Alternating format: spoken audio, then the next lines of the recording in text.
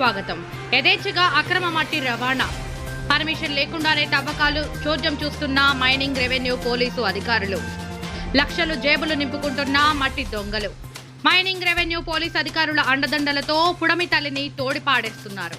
మెదక్ జిల్లా శివంపేట మండలం ఉసిరికేపల్లి దౌర్య గిరిజన తాండా శివారులోని అసైన్డ్ పట్టా భూముల్లో అక్రమం వట్టి తవ్వకాలు జోరుగా సాగుతున్నాయి. రియల్ వ్యాపారుల భూములను చదును చేయడానికి టిప్పర్లపై మట్టిని రవాణా చేస్తూ లక్షలు తింటున్నారు. గత 4 రోజులుగా వందలాది టిప్పర్లతో ఎర్రమట్టిని తరలిస్తున్నారు. మట్టి మాఫియాలు లక్షలు జేబులు నింపుకొని వాల్టా చట్టానికి తూట్లు పొడుస్తున్నారు.